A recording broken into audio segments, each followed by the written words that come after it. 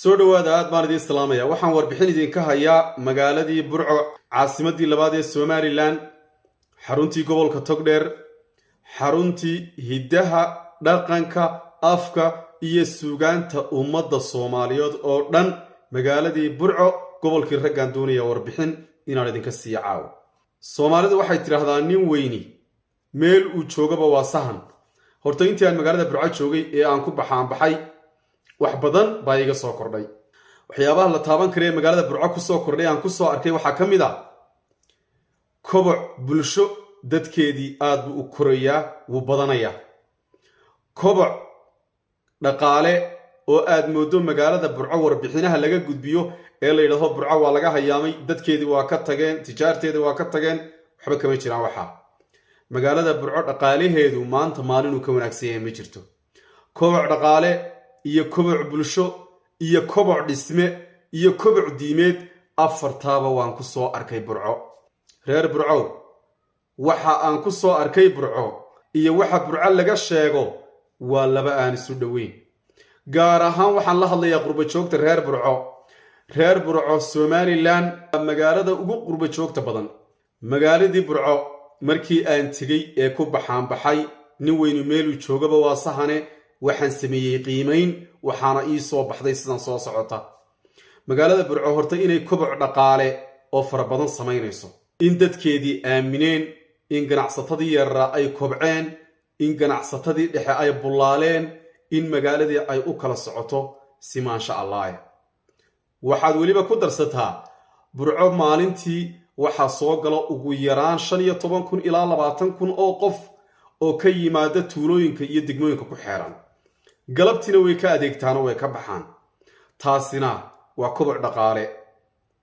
waxaan idiin sheegayaa oo kale magaaladii Burco waxaan ku soo arkay koboc bulsho.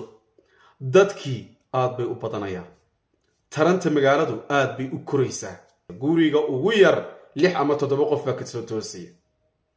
taasina waa koboc bulsho. meel kasta oo bulshadu ku badan tahayna koboc dhaqaale waa laga dareemaa, waa khasab. qodobka saddexaad aan ku arkay magaalada waxaan ku arkay koboc diimeed. dadku waxay aad u baranayaan diinta, quraanka aad bay u baranayaan. madarasado aan tira koob lahayn oo lagu xaroonayo cilmiga lagu baranayo ayaan Burco ku soo arkay. waxaan kale oo aan Burco ku soo arkay koboc magaalo aad u fidaysa oo dhismaysa oo guryaha laga dhisaayo. run ahaantii magaalooyinka waaweyn ee Soomaalida ayba dhif iyo naadir ku yihiin. waxaan arkay magaaladii Burco oo ay dadkeedii aamineen. qodobka odhanaya Burco dadkeedii uu ka tegay ama Hargeysa ama meel kale u aaday, qodobka Burco lagamaba oga. sheeko ayuun baa lagu maqlaa qodobka. ay meesha haddii dhaqaalaheedu kobcayo, dadkeediina badanayo, magaaladii fidayso, diintii si wacan loo baranayo, waxaan u milaynayaa sabab loo yiraahdo dadkeedii uu ka tegay inaanay jirinba.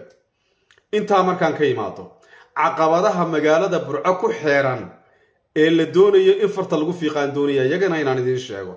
inta aanan u gelin hogdaloolooyinka iyo jaanisyada ka bannaan magaalada Burco ee ay bulshadu tabayso, horta Burco waa tuma. waa magaaladii halgamayaasha, waa magaaladii afka iyo dhaqanka iyo suugaanta Soomaalida oo dhan saldhigga u ahayd. intaa markaan ka imaado Burco waxay tabaysaa laba baahiyood. labada baahiyood ee ay tabayso, midna bulshadu ku xidhan yahay oo loo baahan yahay inay fahmaan, midna wuxuu ku xidhan yahay dawladda Somaliland.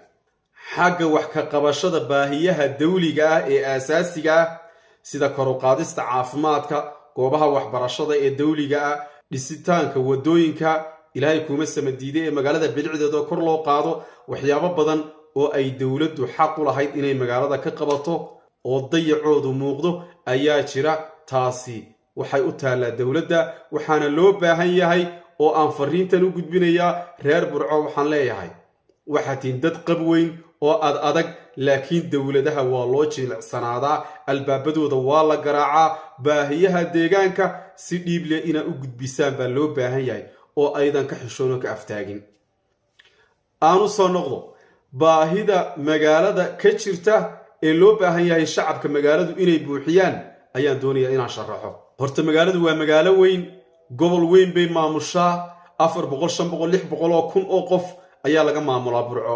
waxyaabaha ka bannaan waxaa ka mid ah magaaladaasi ma laha meelo lagu caweeyo, ma laha meelo fanka iyo suugaanta lagu soo bandhigo, ma laha meelo qaaciga iyo cuudka laga garaaco, ma laha meelo ay dhalinyarada iyo bulshada iyo dadka shaqooyinka ka soo rawaxay habeenkii ay ku caweeyaan oo ay isugu tagaan oo waxaan ku yiri ku sheekaystaan.